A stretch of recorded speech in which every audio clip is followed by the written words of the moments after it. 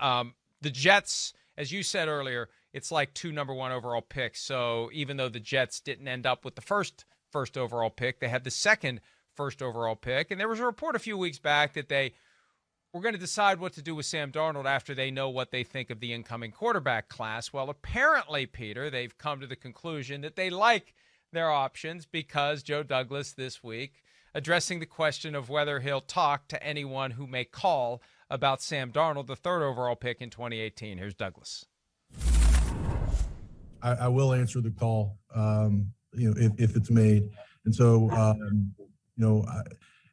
as it pertains to Sam, I mean, like I said, Sam's we think a dynamic player in this league, with unbelievable talent and who's really has a chance to really hit his outstanding potential moving forward. But like I said earlier, if calls are made, I will answer them. I said this yesterday. It's not quite the same as taking a for sale sign and a mallet and banging it into the yard, but it's pretty damn close. And I think there are teams out there interested in Sam Darnold. And because the Jets essentially control the board post Trevor Lawrence, they don't need to be coy about it. I think that you try to move Darnold at a time when maximum teams are trying to figure out what they're going to do at quarterback. Once teams start making their plans, your market for Darnold may dry up, Peter. Here's the way Joe Douglas, I'm sure, is thinking of this. The market for that second pick in the draft, I think minimum would be the 8th or 9th pick, depending on whether Denver or Carolina would want to come up. For that 8th or 9th pick, plus a 1 next year, plus a 2 either this year or next year. Now, just imagine if the New York Jets did that, Mike. And imagine if they were sitting there. Let's say they would trade with Carolina. That would leave them with the 8th pick this year, the 23rd pick this year, 2 2s, and then next year, 3 1s in the draft. And so to me, that is one of these things when you start thinking about it and you start thinking about how significant and the wheels that are turning right now in Joe Douglas's brain, where he is looking at a roster that needs to be overhauled, okay? And if you like Sam Darnold well enough, if you do, then you could build around Sam Darnold for 1 more year. And let's say, Mike, at the end of this year, you don't like what you see. Then you've got 3 1s next year potentially, or if you were to take one of the extra 1s next year, you would have either 2 or 3 1s next year in which to solve your quarterback problem. And think about it this way: if Darnold doesn't work out and the Jets stink this year, they're going to have another top 10 pick next year. So it's not going to be out of the realm of possibility that the Jets could just put off the Sam Darnold decision for 1 year and have a lot of first-round picks to eventually get the quarterback they want. 2 things to remember about that, though. May 3rd is the deadline for exercising the 5th-year option on 2018 first-round picks. And this is the first time that 5th-year option becomes fully guaranteed when exercised, not just injury guaranteed. That's why you don't do it.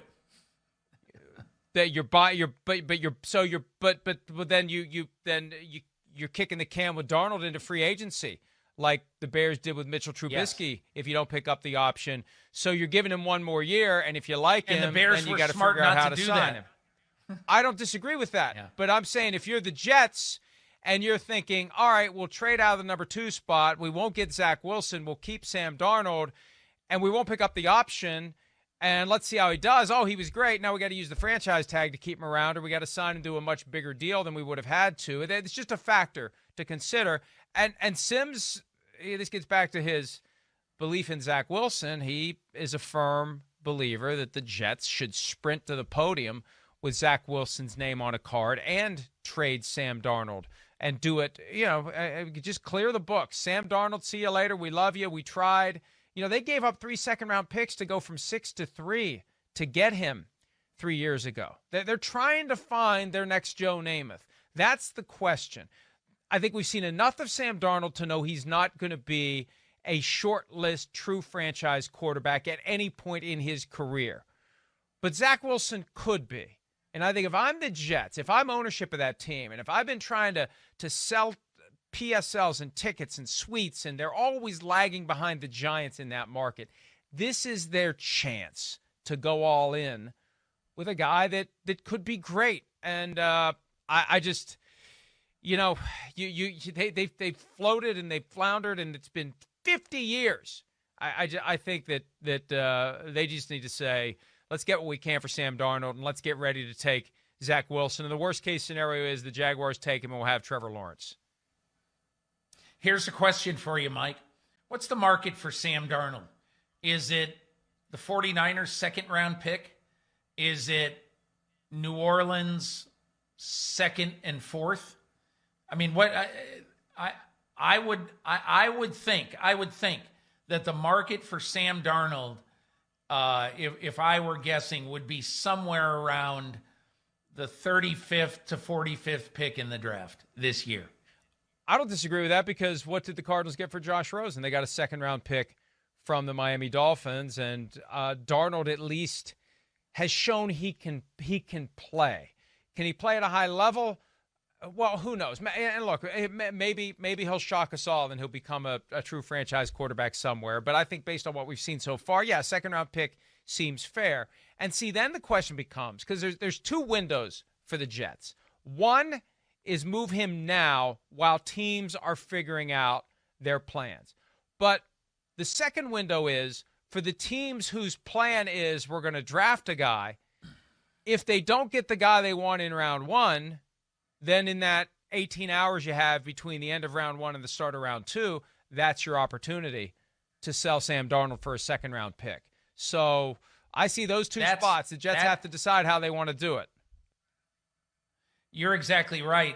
Anybody who would say that, okay, the Jets have until Thursday night, April, whatever it is, 29, at 8 p.m. Eastern to make that trade, that's not true.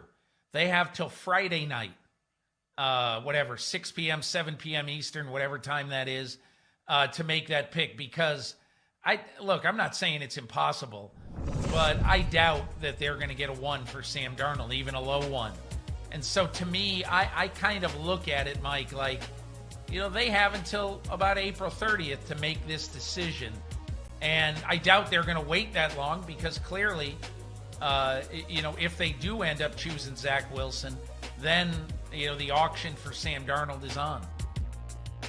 The problem with having too many options is you eventually got to make a decision. And for the Jets, the options are trade Sam Darnold and take Zach Wilson, or see what kind of haul of picks and players someone will offer to come get Zach Wilson and keep Sam Darnold. And, it's not going to be easy for the Jets, but if they decide they love Zach Wilson again, get your franchise quarterback while you can. And if for some reason Zach Wilson doesn't work out, I said the same thing about Sam Darnold 3 years ago, you'll be back in position before you know it to try to get another franchise quarterback at the top of the draft. The problem is you may have a new head coach and a new GM, but from an organizational standpoint, you'll be back and you'll have another shot. And now that Woody Johnson's back and Christopher Johnson is working with him, I'd like to think these guys understand the value of a true franchise quarterback to an organization.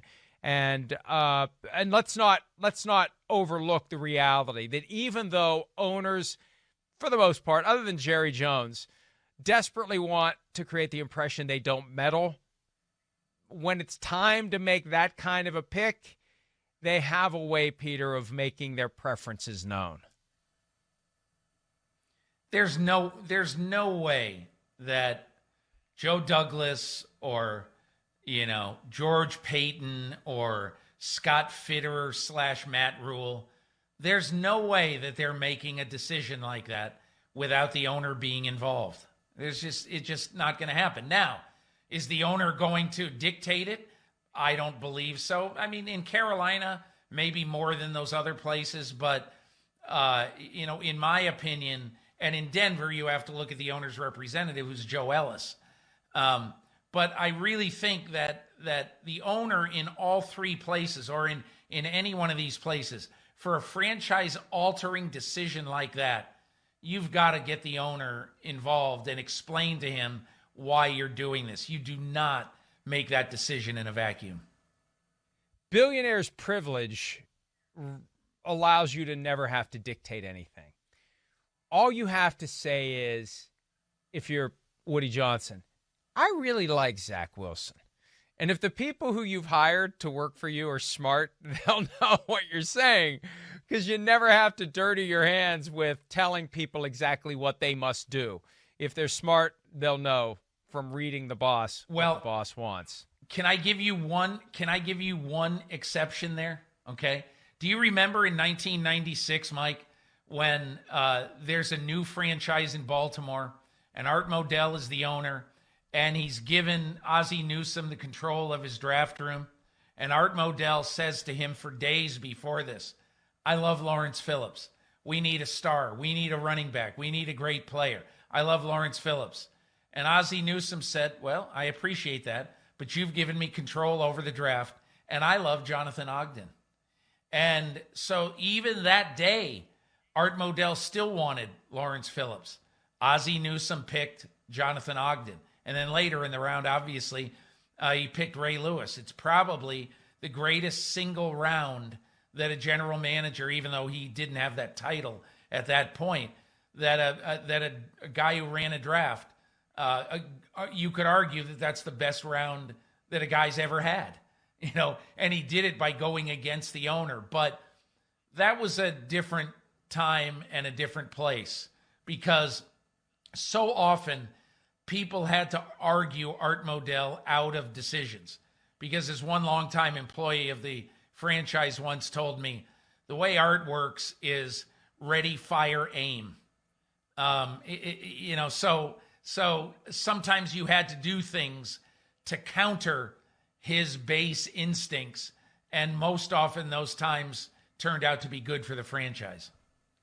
Well, and that's the key, because if it hadn't, and if Lawrence Phillips had become Emmitt Smith or Barry Sanders or Walter Payton, and Jonathan Ogden hadn't worked out, Art Modell never would have let Ozzie Newsome hear the end of it. And, the flip side of that is the team that became the Browns after the Browns became the Ravens, Jimmy Haslam and the Johnny Manziel thing from 2014, clearly a Jimmy Haslam pick that exploded in the franchise's face and took them years to recover from, although fortunately for them, they finally have.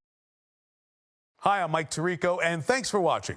Make sure to hit subscribe for the latest news and highlights from NBC Sports.